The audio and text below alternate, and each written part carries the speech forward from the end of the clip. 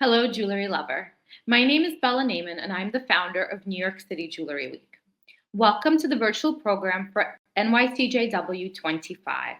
The theme for this year's 8th edition of New York City Jewelry Week is Art Worn, focusing on artistry in jewelry and how artistic intent informs the creation of adornment. We hope that you enjoy the programs that we have carefully put together for you. While this program is not live, we do welcome your feedback. So enjoy the program. Don't forget to sign up for our mailing list. Follow us on Instagram at NYC Jewelry Week, and hope to see you in person in 2026. Hello, everybody. My name is Lamar Gayles, and I'm an art conservator of jewelry. And I have the pleasure to introduce you today to Alicia Goodwin, who is the founder of Lingua Nigra, a jewelry brand working out of Chicago. Alicia, could you tell us a bit about what you're going to be doing for New York Jewelry Week? Sure. Hi, Lamar. Hi, everyone. I have an exhibition at March Rudy in Crown Heights, Brooklyn, and I'm showing a very abridged version of my work over the past 20 plus years. I named it the ReOrder, kind of like a little nod to the work that I've been making and things that have been reordered. I do a lot of wholesale. I have a lot of wholesale accounts, and there's just things that have been ordered time and time again, year after year after year. There have also been some things that are near and dear to my heart that have not been reordered, that are in the show that I think should have been. So it's the ReOrder. It opens on Tuesday, the 18th of November, and I'm really, really excited. It's a tiny show, but it'll be quasi-mighty. Excellent.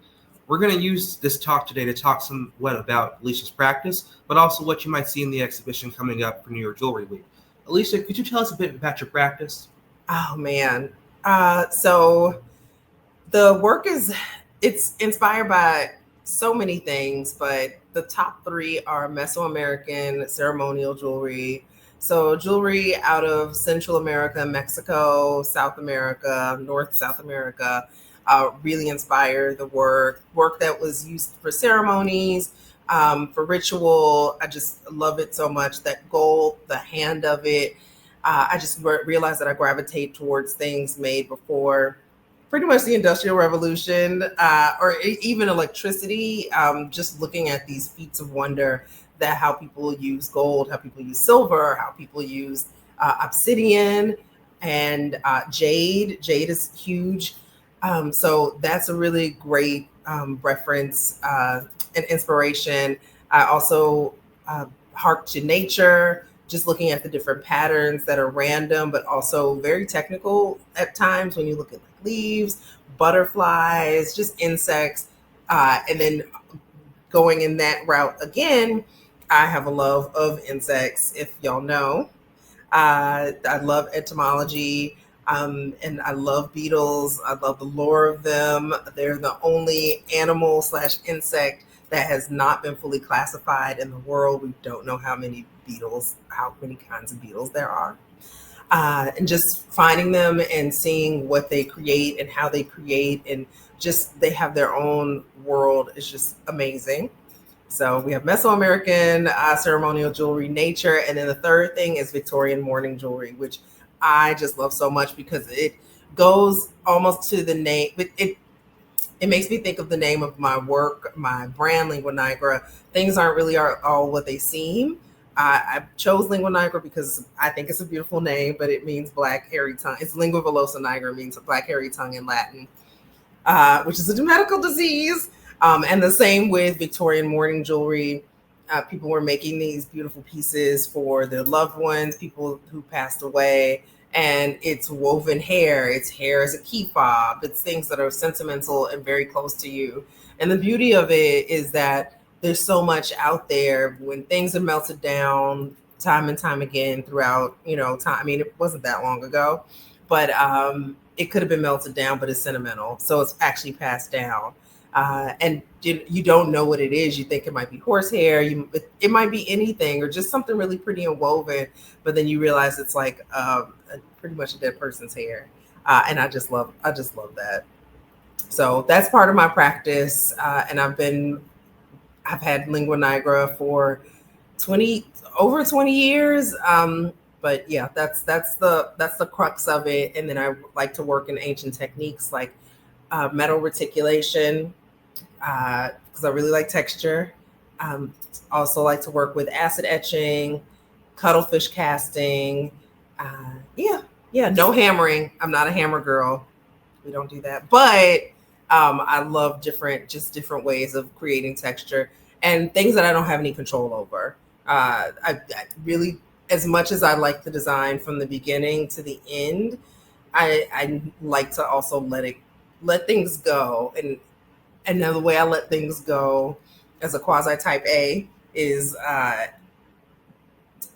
working with the texture, playing with texture, and letting it really do its thing. So I hope that explained a few things about the work. That was excellent. That was an excellent explanation.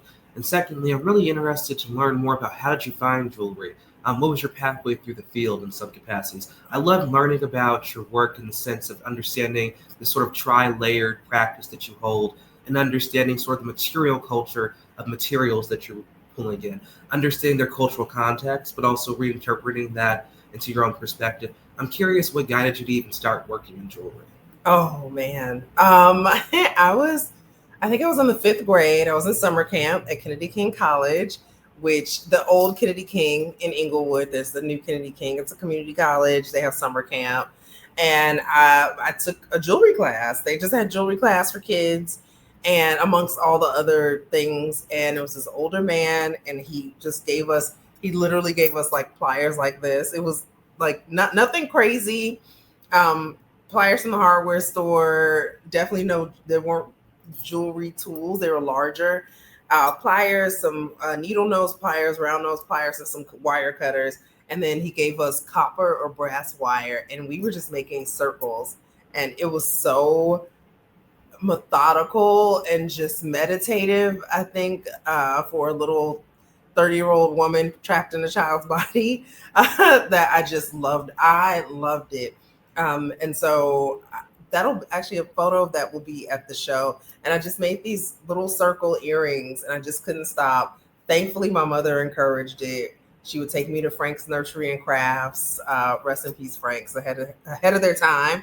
And I would get wire and things. And I found, we learned how to put ear wires on and I started selling them. Actually, I did that in the 6th grade because in the 5th grade, I was selling mood rings.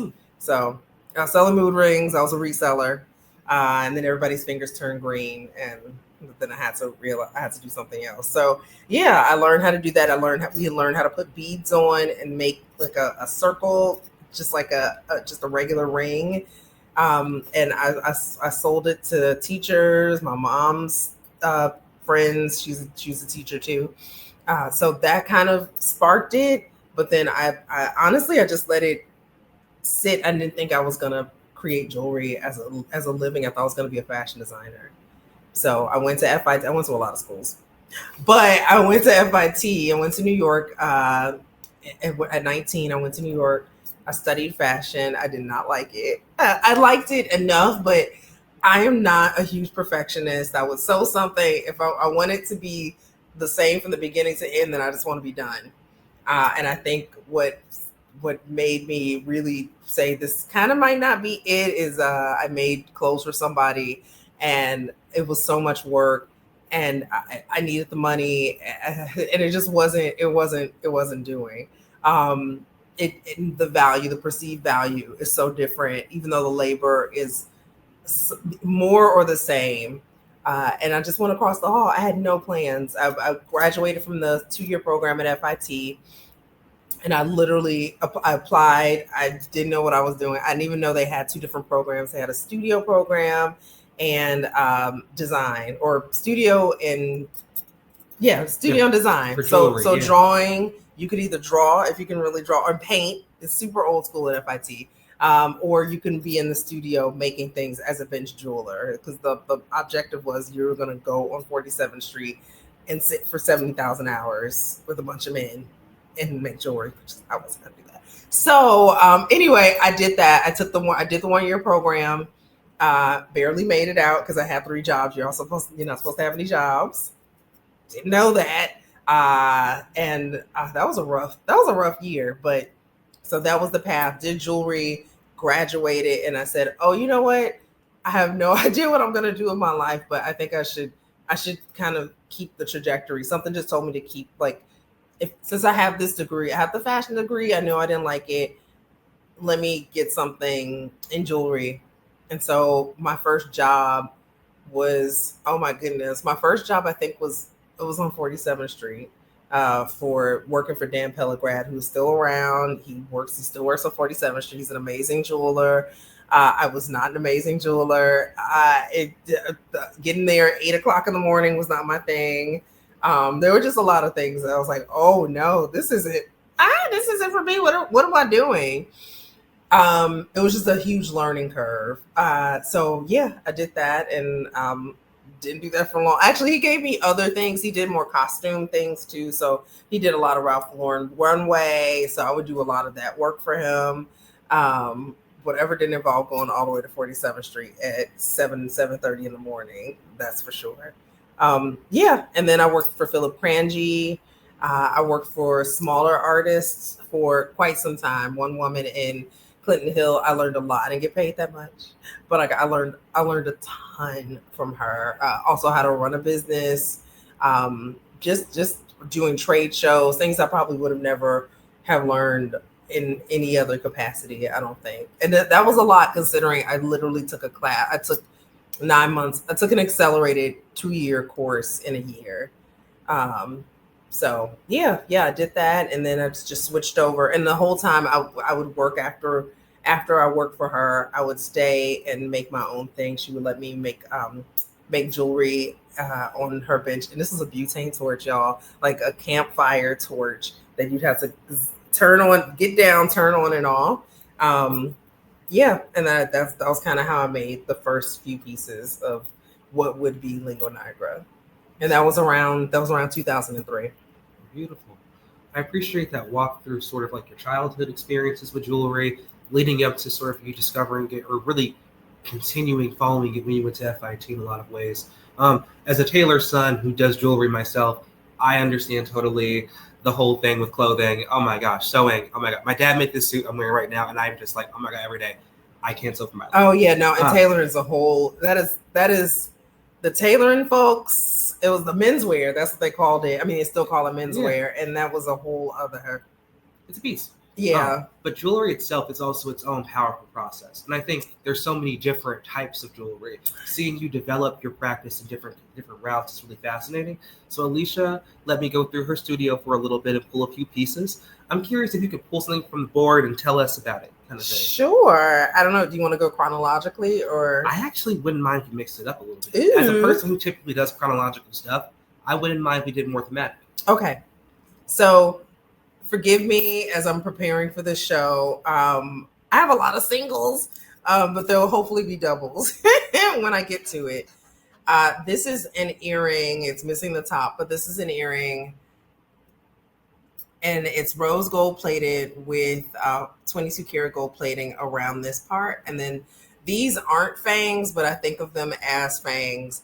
They're based or inspired by the children's book, some call it Courage, which I don't know, are you familiar with it? Mm-mm. It's about a young boy on an island. They would call him a coward. He was afraid of everything.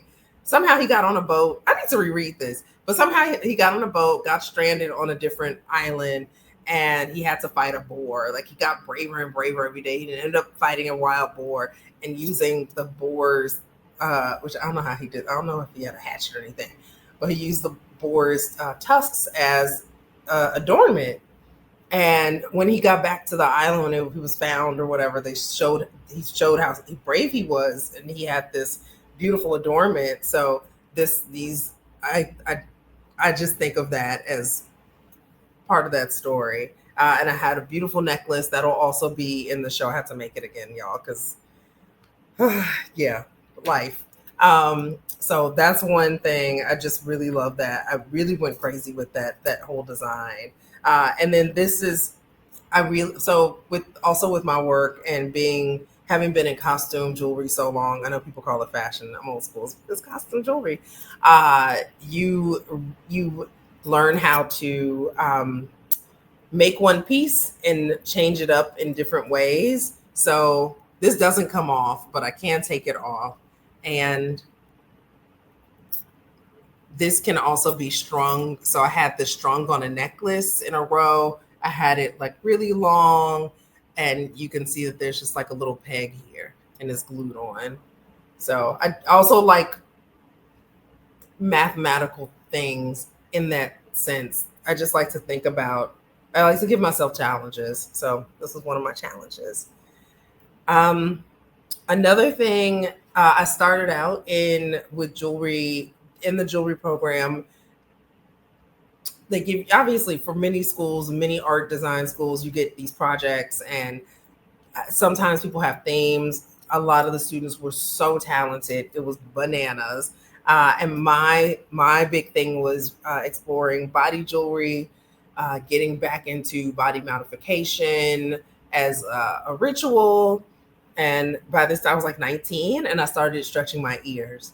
So one of the things that I really adore that I've kept in the line pre-Lingua Nigra are ear weights that I made from water chestnut. I don't have the water chestnut, but it looks like this.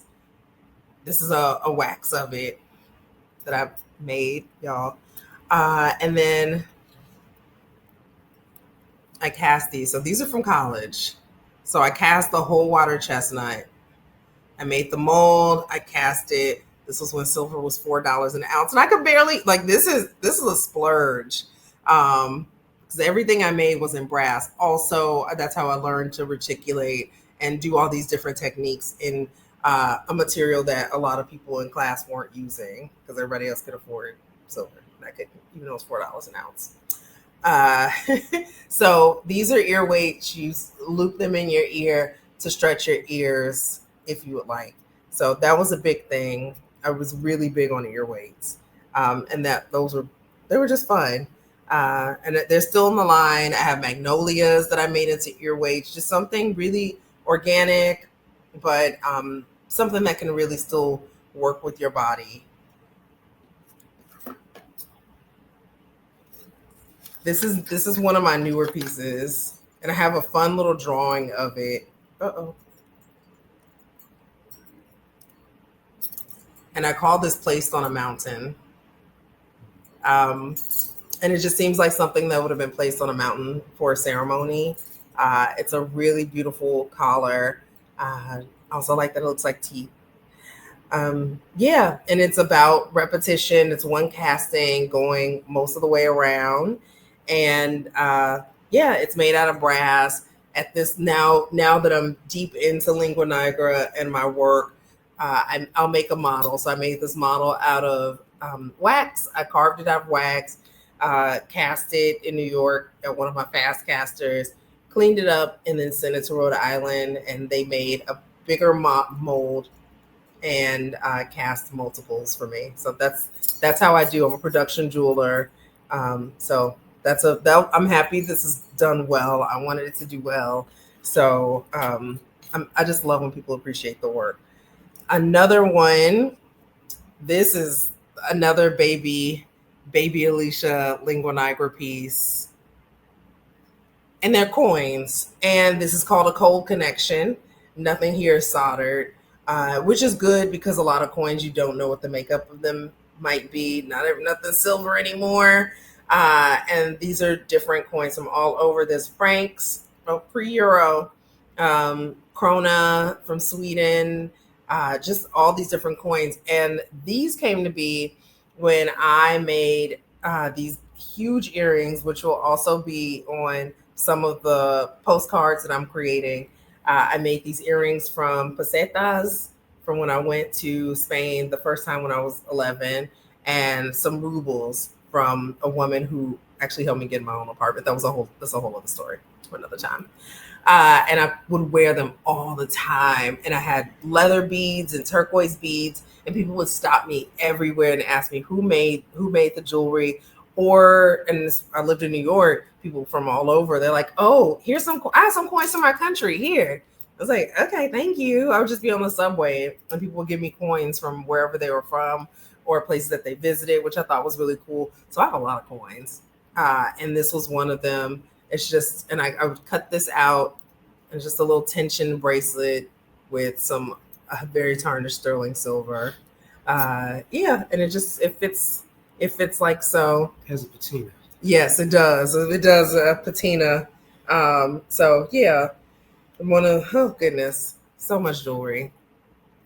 So yeah, that's another piece from early days.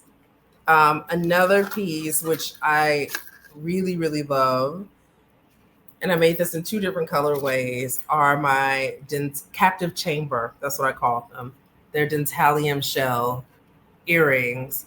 Dentalium shell come in different sizes. They were used as currency once. They're also super poisonous. I didn't know that. But they were used as currency once amongst indigenous folks all over the Americas. And you can see it in a lot of indigenous jewelry.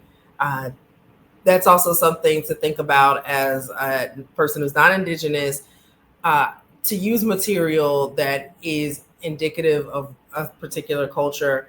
How can I work around to not appropriate? How can I work around and not make something that looks like somebody else should be making it? So I hope I did a good job. And so, yeah, and I made these little caps. So with things like this that are organic, you have to think, how can I make one piece that goes for all these different things? Because these are natural. This was a living thing. So I made a cap, and it has a little slit in the back, and that little slit I can open and I can close, and then I just glue it in. And these are so fragile, though, it's not even funny, but they did really well. They're really fun. They're beautiful to wear. And that green is just like a really beautiful sea foamy green, and it's just so good. I'm not just saying that because I made them. I think they're excellent as well. Thank you. Oh, this is very baby Alicia. Something I made also in college. Just trying things out. I feel like you can kind of see the beginnings of Lingua Nigra here, just with trying to make a random texture. It's a cuff.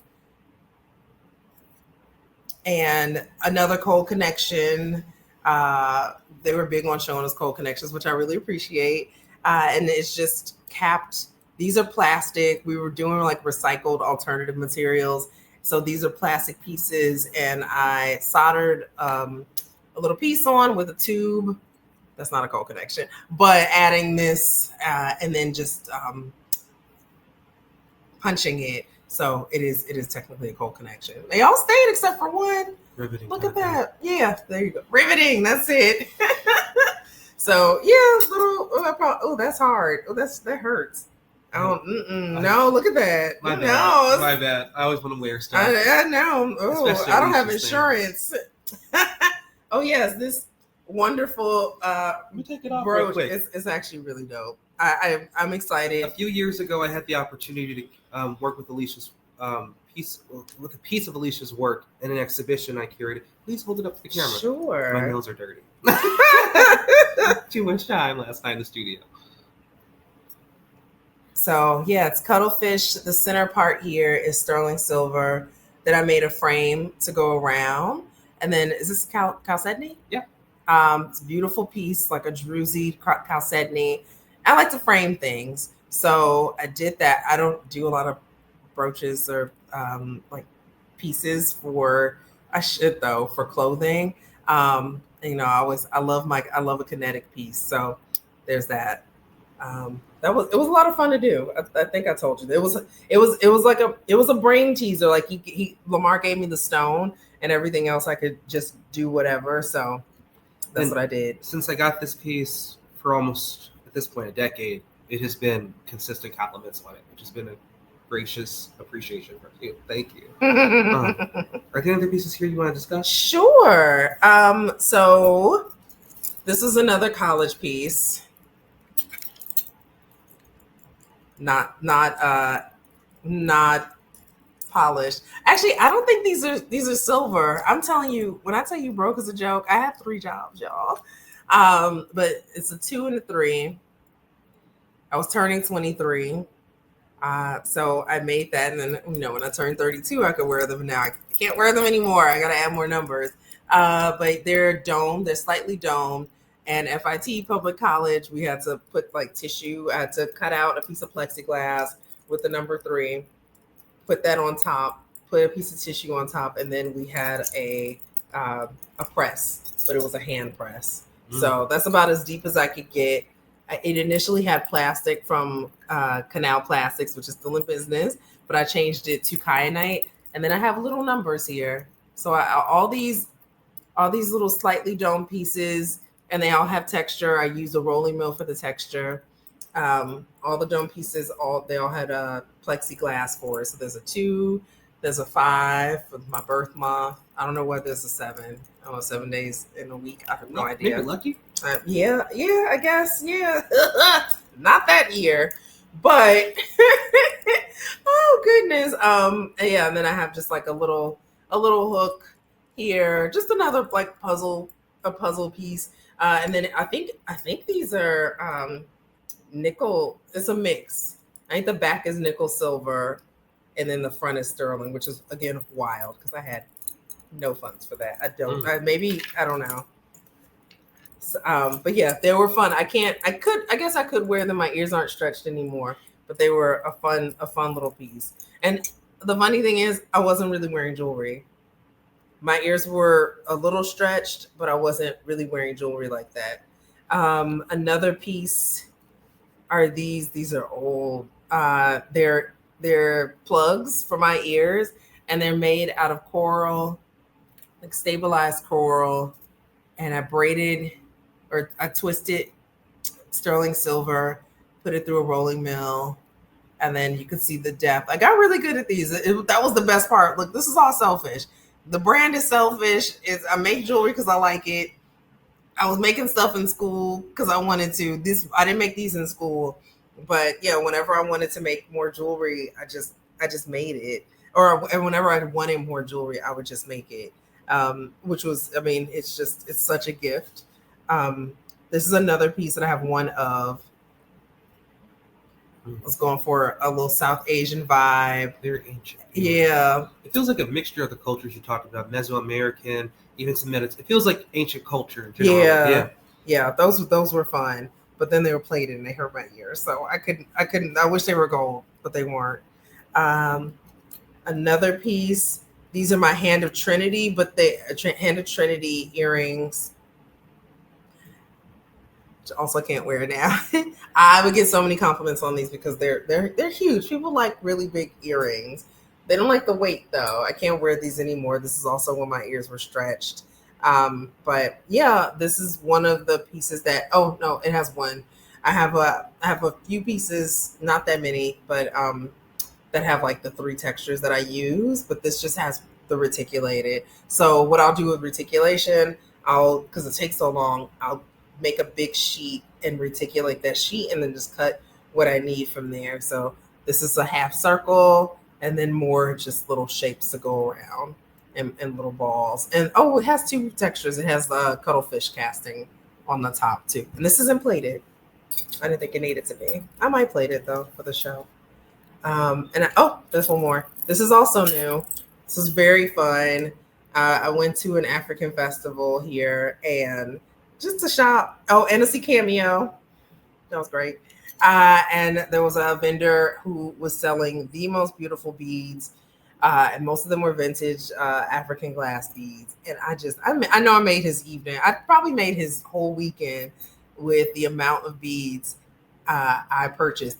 There's a thing about me, many things about me, but one of the things is that I just buy stuff and then I figure things out later. So that was one of the things. And the challenge for this particular project was, what am I going to make with this that I'm not going to just string some beads up on a string or put them on some wire. So this was part of the challenge. One of the many things. I had a whole series because I don't do collections. I don't need to because almost everything's plated the same color.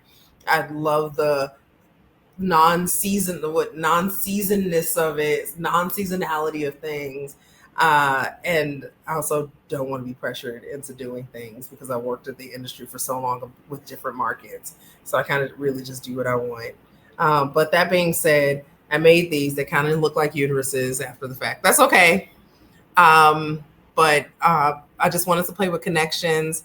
I remember in college, one of my professors, Pam Lins, really did not like us using jump rings, visible jump rings. It's okay to use it as a connector, but not have circles all over the place. And that was some of the best advice, demand, if you will, to not use that that I was given, because it really makes you think about how to design something, how things are held, how things are connected, how things are hidden, and this just because it's costume, and I've usually worked in at companies where the work is $100 plus or $50 plus, which is still kind of high, especially back then.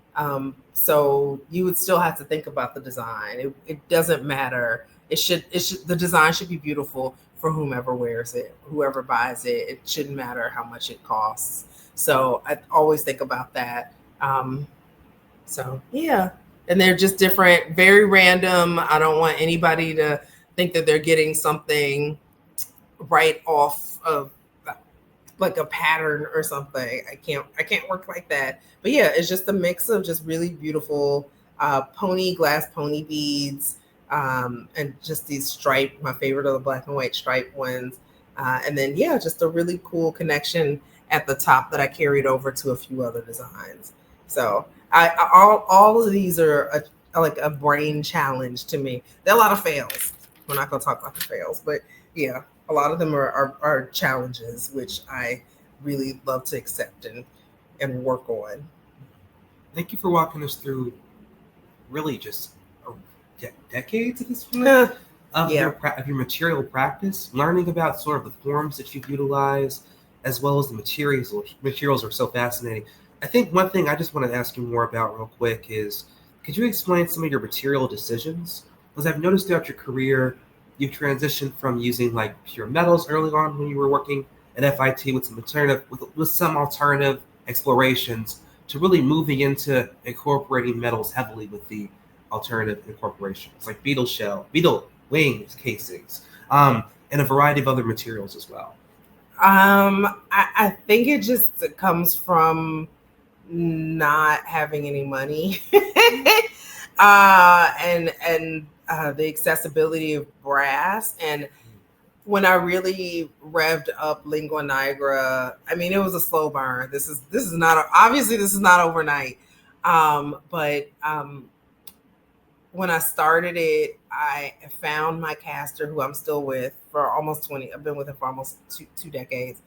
And his main thing was brass. And at the time, the places that I was working, like Lee Angel, which is not around anymore, it's called Roxana Sulin now. They were using brass. This is a time when people were still using white metal, which is like pewter and zinc. It's less expensive. There was still lead in it. This is before California Proposition 65. So you had two options. You had brass, which was pretty inexpensive, and it had this beautiful weight. You could use it as is or plate it, or you could use white metal. And I used both. I still use both. So I think it was more about finding who could make it in mass for me, because I was making things in New York, and the pricing in New York is bananas. And then so when I found a production partner in Rhode Island, I was able to realize and ask questions like, why is everybody using brass? So I think that's more it. I mean, I love metal, and I don't use a lot of color. I say that a lot. I don't use a lot of color. If I do, it has to be something really special. And that goes back to the Victorian mourning jewelry. You see these beautiful pieces and you're like, oh, look at that beautiful braided cloth necklace. And it's hair. So like the dentalium shells, like, oh, look at those beads, you know, from far away. And then you strike up a conversation and you tell somebody it's dentallium shell and that it's ancient and that it's jewelry, but it was money and that people still use it. And it just brings up this whole other thing. So it's going to be rare that you'll find me using something just straight up as what it was intended for, you know, or how other people used it. I want people to come to me because I make something really unique, like my bone. I did a whole tribute. I did a whole tribute to Bone Thugs and Harmony. If you don't know, Ohio's finest, because I found some bone beads in Rhode Island, and I didn't know what I was gonna do with it. I found two sizes, like a tiny one, a big one, and I made these bone pieces, really framing the bone discs. They were discs. And I made it in harmony, like Bone Thugs and Harmony, The Crossroads, one of their famous songs. So I'll work with color or other materials, but it's definitely not a focus. But I enjoy it. It is also a lot of work. Like it's like an extra thing. But you know, sometimes I get tired of just having a funky piece that's cut out, that's gold. So I like to give variety. Excellent. If that makes sense. I hope I answered your question. I was just talking. No, you really answered my question, because I think in a lot of ways, I was just curious, like there was sort of this overarching guiding principle, but I think in a lot of ways, you've answered the question through exploration, through need, or through sort of accessibility, but what was available at the moment in time. Mm-hmm. And also, I love a good history lesson on like metal, specifically metal, different kind of alloys, like learning about white metal, learning about like that kind of like legality that they used to have, especially for my historical interest. But back to you, Alicia. I'm really fascinated also, what have been some of the highlights of your career so far? Oh my goodness. Well, the highlight, I guess I've been self-employed for almost 15 years, which is bananas, y'all. Beautiful thing. Yeah, it's stressful, but I mean, I'm meant to be self-employed. So I've been self-employed for 15 years, and I'll say I got laid off of my last job almost 15 years ago, and I didn't know what I was going to do. By that time, I was doing design. I was doing technical design on the computer, and that entailed I loved it. I still love it. I still do it from time to time. Measuring out and drawing specs for people in Illustrator, specifications. So you'll have a designer who most of the designers, not anymore, the jewelry industry's imploded, but a lot of designers were artists, like painters, industrial designers. They weren't jewelers. So they'll make these beautiful pieces, and the factory will say, how do I make this? Like, how do you want this made? So I would be the middle person and make it so that it could be made overseas. This is for other things. My work is all made here in the United States. So I'm getting to the point. I'm so long-winded. That's perfect. So I would make those things. So when I lost my job, my last full-time job, I didn't know what I was going to do. I sent my stuff to recruiters, and they're like, "Oh, we have a perfect job for you. You can draw charms." And I was like, "I can't draw no charms." So I interviewed at Juicy Couture, and the design director was incredible, super talented. Hi, Jack. And he was like, "Can you draw charms?" I was like, "No." He's like, "You can draw charms." I was like, "No, I can't." I'm like, "Why am I bombing this interview? What am I doing? At least you need a job." Ended up I could draw charms. I found the way, and I would just sit in the corner and listen to the 3 podcasts that were out at the time. This is super early podcast era, and just draw charms. And it was so fun. And I learned a different way of creating, just drawing the beginnings of jewelry, noticing how tiny of a team. It was a design director and 2 jewelers drawing. And then I was doing their overflow because they were so inundated with all this other work. And this is when Liz Claiborne owned them. This is like the beginning of the end, unfortunately. That was like one of the best jobs. Besides Lingua Nigra, Juicy Couture was the best job ever. So that was really fun. And every now and then I'll see charms. I'll go on Etsy and look at charms and let people know who's selling them. Like, I designed that charm. I designed that monkey with the banana. I designed that sloth. I designed that alien, because he would just give me it would be the most random list. And I don't know, I designed hundreds of charms. So that was fun. That was a really a great accomplishment. Honestly, my whole technical design career after, because it was almost all word of mouth, which is it's a little stressful. I was busy.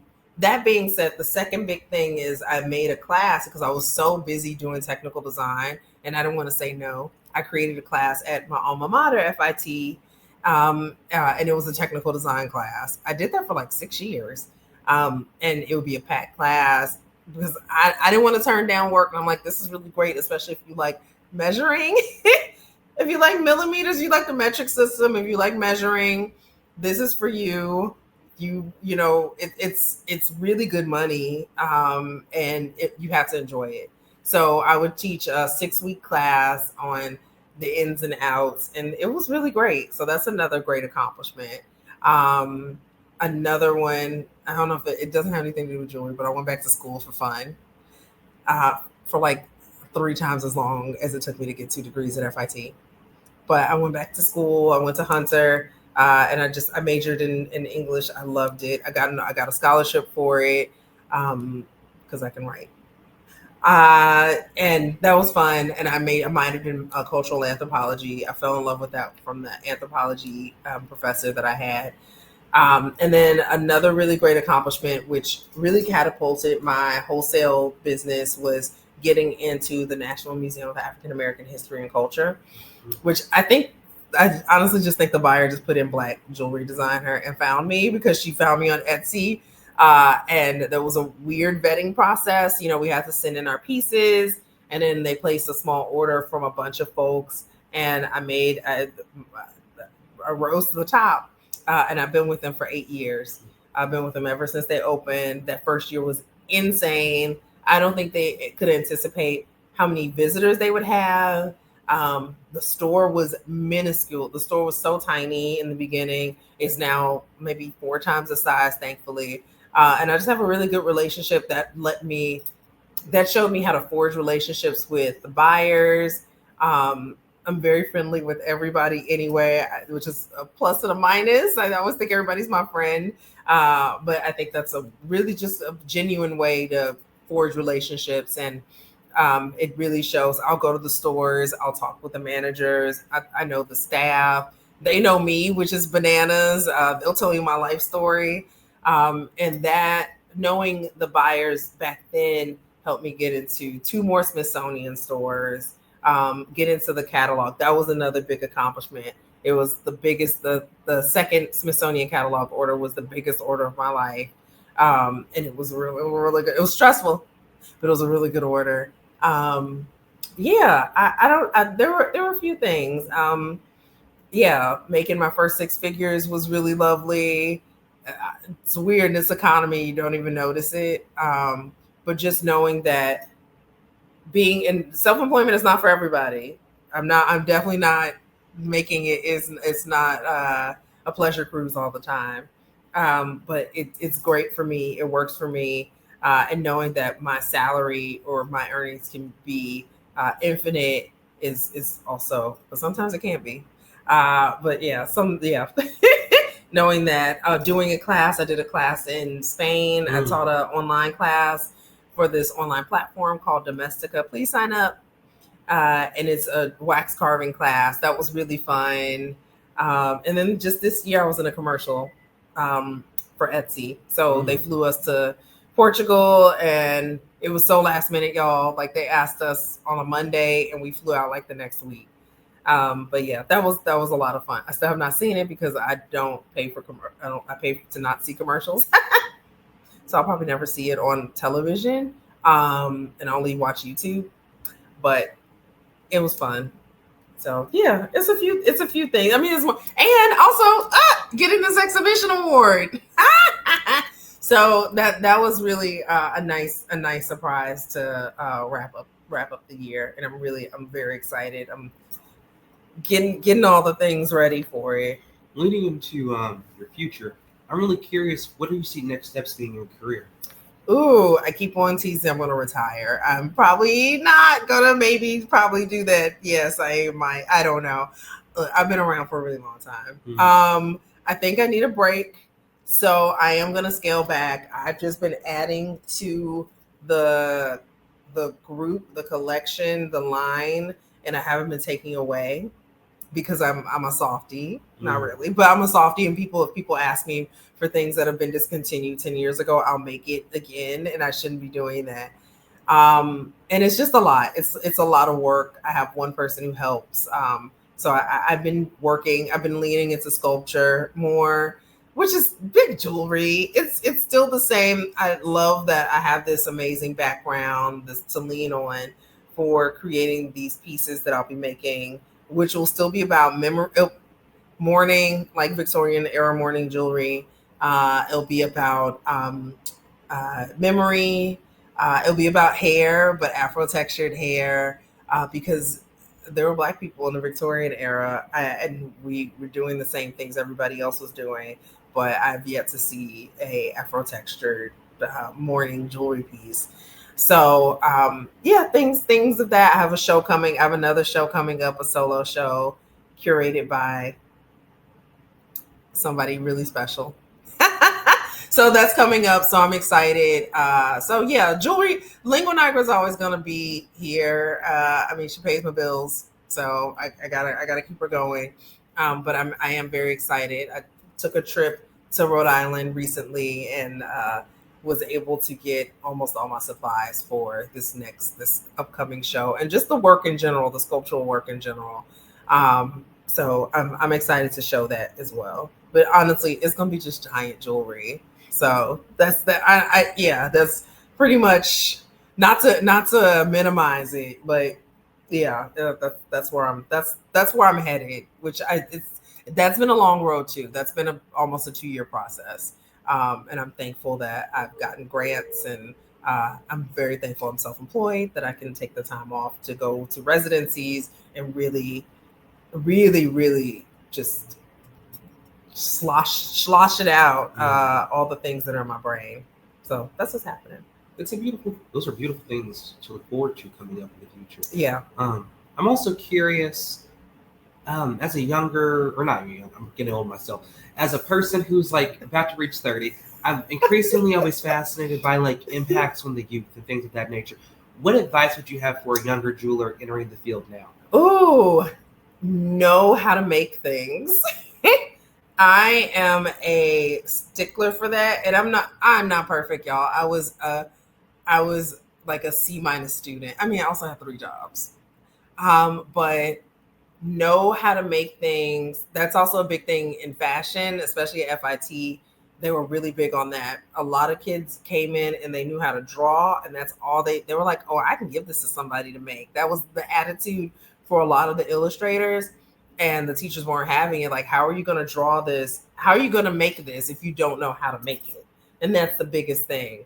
And so I see designs that are very beautiful, but they aren't, that the construction might not be what it should be. Or just things that aren't super inventive. So just play with things, watch videos if you can't go to school, ask people, apprentice if you can. People love, I pay for work. I pay for people to work for me, but people do love free work. I don't advocate for that. But there's, in this day and age, there's no excuse to not know how to make one thing. And the beauty with jewelry is that you can learn how to wire wrap and not ever know how to make anything. You never know how to solder. You never need to know how to polish.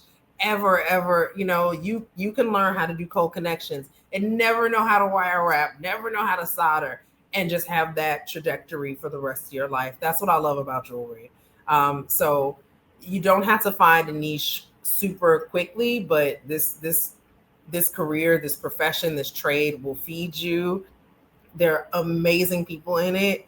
I've just met so many wonderful people in New York, Rhode Island, and in Chicago. and all over. What am I saying? There's so many different associations that, you know, it's just the best. So my big thing would be learn how to make somebody something, you know, and get familiar with it. Don't be intimidated, and look outside. Really think outside the box. There's more to life than Tiffany and Van Cleef, respectfully. I love my 20 motif. But yeah, go to stores. I know it's hard now. When I was in the industry, well, I'm still in the industry, but when I was working for other people doing costume, we would walk to Lord & Taylor, rest in peace. That was our big thing because Lord & Taylor had so many different jewelry brands. And you can just see what the trends were or are. So if you're buying Macy's, even if you're not buying Macy's, go to Ross, go somewhere just so you could touch and feel. Don't be on the internet all the time. You know I said you should look at classes and stuff on the internet, but also you need to go outside and touch things. Go to antique stores, go to thrift stores, go to estate sales, and just look at how things are created, why this looks like this, why they use these things, and then you'll find out the rules. Like there are no rules in jewelry, but there are, and you know you'll kind of figure it out in that way. Read books. So this is a lot, but the biggest thing is learn how to make jewelry from metal or learn how to carve wax. That's my other big thing, because jewelry can get expensive, but you can also keep it really simple. Again, ancient techniques, carving with beeswax. Now it's jeweler's wax. You can get a scalpel and some wax. I had a soldering iron in my bedroom when I was sharing a house with people, and I made the most incredible things back then. It was a Radio Shack soldering iron, which I still have. So just don't overthink it. Also, don't overthink it. There's somebody who wants to be in your position somewhere in the world. So just take advantage of it. It's a beautiful thing to share. Thank you. Are there any things you're really excited to see when you go to New York for Jewelry Week? Ooh, my goodness, there's so much. Okay, first of all, I have a show right after. So, of course, I want to see my show. Come. I can't wait for Monday, like the inaugural event at Pratt. I want to see the Swedish art jewelry thing. I'm gonna miss Sea Pony Couture's work, but I want everybody to go and see their work. They're showing work from a decade, and they're having a sound experience as well. That's on Friday. Oh my goodness, there's a talk at the Museum of Art and Design. Oh, I gotta map stuff out. I was looking, and then I just got intimidated because I also need to go to the dentist, and I need to probably work around my schedule for that. And yes, my dentist is still in New York. But yeah, those are a few of the things. There's Black and Jewelry Coalition. They're having a cocktail event on Thursday where I'm also getting an award for the exhibition for the Here We Are. So y'all, please check out the calendar. It is really, really dope. And also for me, if I don't see you Tuesday, November 18th at Marché Rue D on Bedford Avenue in Crown Heights from 6 to 9. You can always go there. The show is up for the whole week up until the 23rd. So yeah, please check it out. And again, that's Marché Rue D at 1453 Bedford Avenue in Brooklyn, New York, or Crown Heights, as Alicia said. Crown Heights. Yeah. Thank you both. Thank you, Alicia, so much for your time today. No, thank you for all the insightful questions, Lamar. It's my job. Thank you all so much for listening to us. And Alicia, I can't thank you enough for sharing your practice and bringing us into your world a little bit more. I feel like artists, sometimes we get mystified by their practices and their experiences, but you did a really good job of sharing your worldview with us, and I really appreciate you for that. Thank you. Oh, thanks. Thanks for listening. Thank y'all for listening. Oh, it wasn't long-winded. I have a lot of stories. Thank you so much. Have a great one. Bye-bye.